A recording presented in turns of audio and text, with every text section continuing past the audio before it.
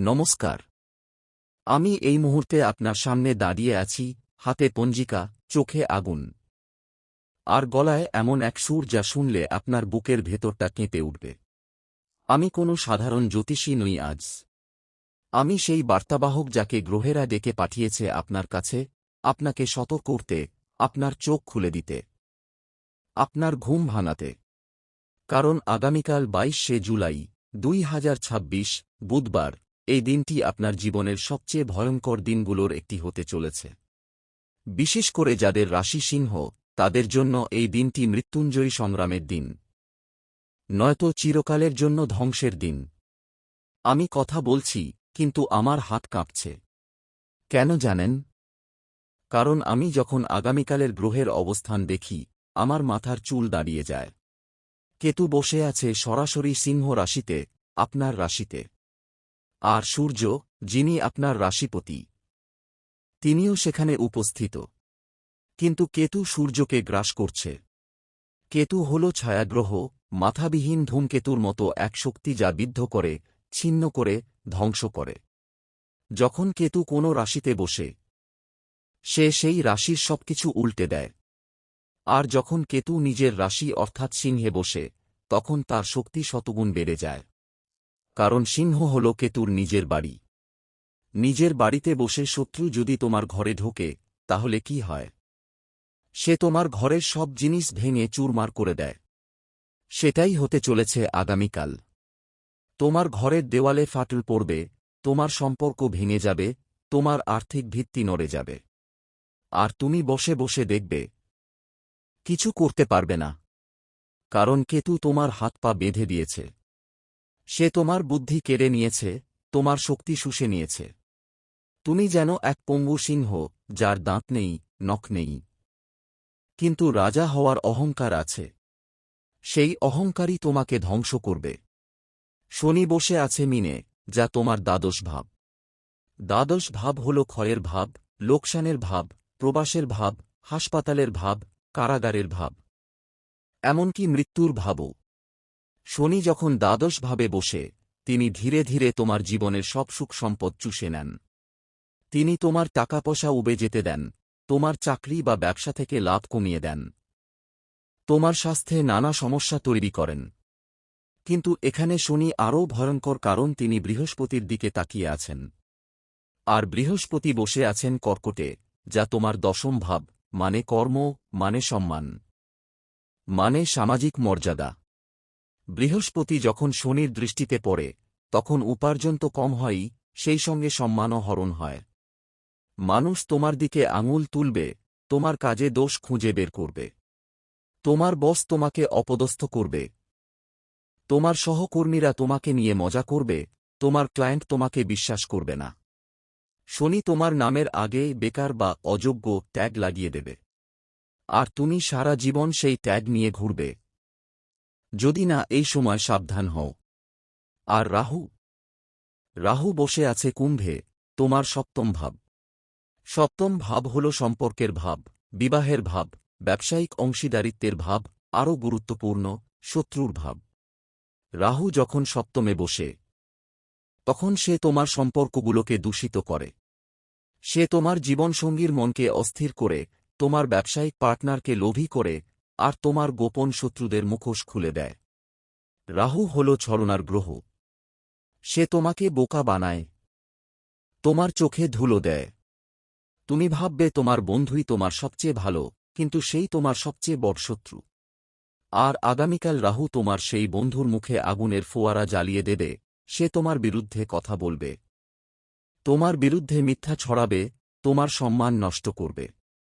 সে তোমার ব্যবসার গোপন তথ্য ফাঁস করে দেবে, তোমার ব্যক্তিগত জীবন নিয়ে গল্প বানাবে, তোমার সম্পর্ক নিয়ে গুজব ছড়াবে। আর তুমি বুঝতেও পারবে না যে তোমার সবচেয়ে কাছের মানুষটিই তোমার সবচেয়ে বড় শত্রু। এবার চন্দ্রের কথা বলি।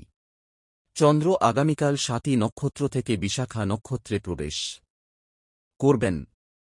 স্বাতী ছিল শান্ত, কিন্তু বিশাখা হল বিদারণের নক্ষত্র। এই নক্ষত্র মানুষকে বিচ্ছিন্ন করে, ভাঙে, আলাদা করে। তুমি তোমার নিজের পরিবারের লোককেও চিনতে পারবে না। তোমার মা হয়তো তোমাকে ভালোবাসেন, কিন্তু আগামীকাল ওনার মনে হবে তুমি খারাপ। তোমার বোন তোমার বিরুদ্ধে কথা বলবে। তোমার ভাই তোমার টাকা ধার চেয়ে ফেরত দেবে না। আর তুমি বসে থেকে সব দেখবে, কিন্তু কিছু করতে পারবে না। কারণ বিশাখা তোমার কথা কেড়ে নেবে। তোমার জিভ বেঁধে যাবে, তোমার যুক্তি কাজ করবে না, তোমার আবেদন শোনা যাবে না। তুমি যেন এক নিরুপায় মানুষ, যার চারপাশে সব দরজা বন্ধ হয়ে যাচ্ছে। আমি এখন তোমাকে একে একে বলে দিচ্ছি আগামীকাল কি কি ঘটতে পারে। প্রথমত, সকাল 6টা থেকে 9টার মধ্যে তুমি যদি বাইরে বেরো, তোমার সঙ্গে কোনো দুর্ঘটনা ঘটতে পারে। সেটা ছোট হতে পারে, পা পিছলে পড়া, গাড়ির সামান্য ধাক্কা, কিংবা কারো সঙ্গে বাক্য বিনিময়।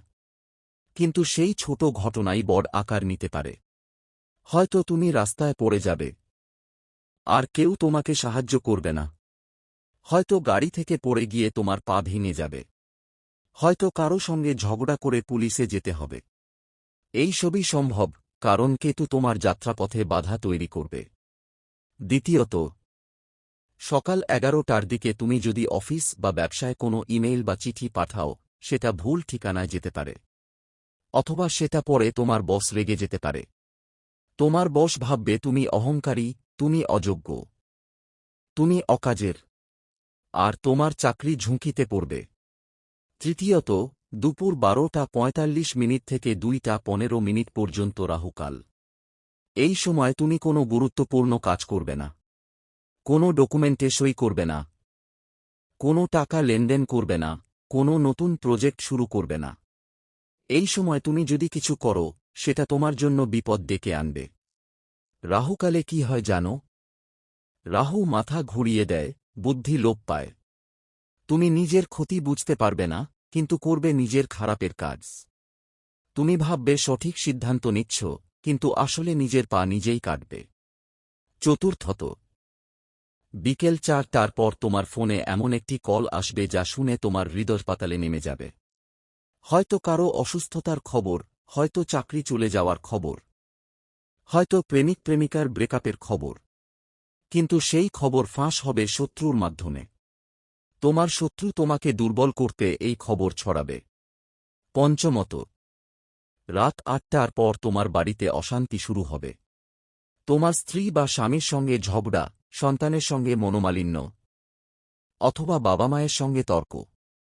এই অশান্তি তোমার ঘরের শান্তি চিরতরে নষ্ট করতে পারে। ঘরে এত অশান্তি হবে যে তুমি বাইরে পালিয়ে যেতে চাইবে, কিন্তু বাইরেও আছে বিপদ। ষষ্ঠত, রাত 10টার পর তোমার ঘুম ভেঙে যাবে এবং তুমি দেখবে বাইরে অন্ধকার, আর তোমার মনে হবে কে যেন তোমার দরজায় কড়া নাড়ছে। কিন্তু তুমি দরজা খুলবে না, কারণ খুললেই শত্রু ঢুকবে। আমি কিন্তু ভয় দেখাচ্ছি না, আমি সত্যি বলছি। গ্রহের অবস্থান এমন যে কঠিন সময় আসছে। গতকাল 21শে জুলাই, মঙ্গলবার, মা দুর্গা এবং ভগবান বিষ্ণু উভয়েই তোমাকে সতর্ক করেছিলেন। মা দুর্গা বলেছিলেন, আমি তোমার রক্ষাকর্ত্রী। কিন্তু তুমি যদি অহংকারী হও, আমি তোমার থেকে মুখ ফিরিয়ে নেব। আর বিষ্ণু বলেছিলেন, সংযমের পথে চলো, নইলে পাপের ফল ভোগ করবে। কিন্তু তুমি কি সেই সতর্কতা শুনেছিলে? তুমি হয়তো ভেবেছিলে, আহা, আরেকটা ফালতু ভিডিও। কিন্তু না, এটা ফালতু নয়, এটা আসল। কারণ আজ আমি তোমার সামনে দাঁড়িয়ে আছি, আর আমার গলার স্বর শুনে বুঝতে পারছ আমি মিথ্যা বলছি না। আমি তোমার মঙ্গল চাইছি, তোমার ভালো চাইছি। তাই আমি এই কঠিন সতর্কতা দিচ্ছি।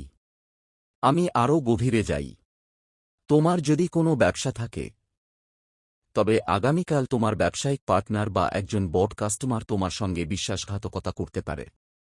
সে হয়তো তোমার প্রোডাক্ট নিয়ে অন্য কোথায় বিক্রি করবে, অথবা তোমার কাস্টমারদের ডাইরেক্ট কন্ট্যাক্ট করবে। সে তোমার নামে মিথ্যা বলে বাজারে খারাপ নাম ছড়াবে। আর তুমি যদি কর্মচারী হও, তবে তোমার সহকর্মী বা বস তোমার কাজের ক্রেডিট নিয়ে নেবে। তারা তোমার মেধা, তোমার পরিশ্রম সব নিজের নামে চালিয়ে দেবে। আর তুমি বসে থেকে দেখবে কেউ তোমার পক্ষে কথা বলবে না। কারণ রাহুর প্রভাবে সবাই তোমার বিরুদ্ধে চলে যাবে। তুমি হয়তো 3 মাস ধরে একটি প্রজেক্টে কাজ করেছ, কিন্তু সেই প্রজেক্টের সাফল্যের কৃতিত্ব নেবে তোমার বস। তোমাকে হয়তো বোনাস দেওয়ার কথা ছিল, কিন্তু দেওয়া হবে না। তোমার প্রমোশন আটকে যাবে। আর তুমি মুখ খুলতে পারবে না, কারণ সপ্তম ভাবের রাহু তোমার জিভ জুড়িয়ে দেবে। আমার কথা শুনে তোমার বুকের ভেতরটা কেমন যেন করছে, তাই না?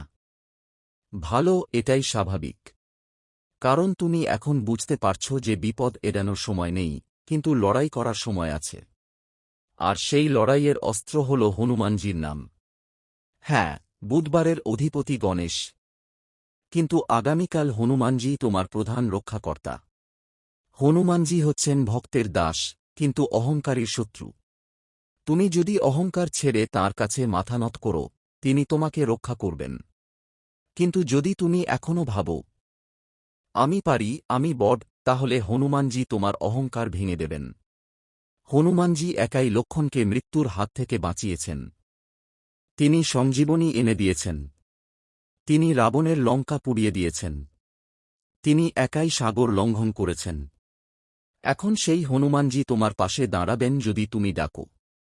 কিন্তু ডাকতে হবে সঠিকভাবে, সঠিক মন্ত্রে, সঠিক বিশ্বাসে।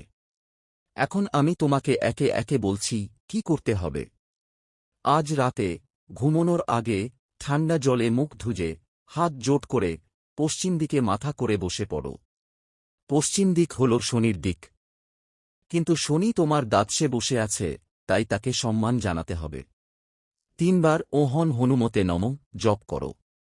এরপর জয় বজরংবলী বলে শুয়ে পড়ো। কাল সকালে ঘুম থেকে উঠে প্রথম কাজ হবে কপালে লাল চন্দনের তিলক লাগানো। লাল চন্দন হনুমানজির প্রিয়। ডাবের জল যদি ফেটে যায়, সেই ডাবের জল মুখে ও মাথায় ছিটিয়ে দাও। হনুমানজি ফেটে যাওয়া ডাব পছন্দ করেন। তারপর সূর্যোদয়ের সময় পূর্ব দিকে দাঁড়িয়ে 108 বার হনুমান চালিসার প্রথম 3টি চৌপাই জপ করো। যুগ সহস্র যোজন তনু লিল্ল মেঘ রাশি বলে শুরু করো। এরপর বাইরে বেরোনোর আগে একবার কালো তিলক কপালে দিও, শনির দৃষ্টি এড়ানোর জন্য। কালো তিলক শনির প্রভাব কমায়। এটা অত্যন্ত গুরুত্বপূর্ণ। আরও একটা বিশেষ প্রতিকার, আজ রাতে একটি লাল কাপড়ে 5টি কালো তিল বেঁধে তোমার ব্যবসার ক্যাশ বাক্সে বা অফিসের ড্রয়ারে রেখে দাও। এতে রাহুর প্রভাব কমবে। আর তোমার গাড়ি বা বাইকের চাবিতে একটি লাল ফিতা বেঁধে দাও, যাতে রাস্তার বিপদ এড়াতে পারো। লাল ফিতা হনুমানজির প্রতীক। তিনি রাস্তার বিপদ থেকে রক্ষা করেন। এখন আমি তোমাকে সেই মন্ত্রটিও দিচ্ছি যা আগামীকাল সারা দিন বলতে হবে। ও শ্রী হনুমতে রুদ্রায় নমঃ। এই মন্ত্র প্রতিবার মুখে উচ্চারণ করলে হনুমানজির সুরক্ষা তুমি পাবে।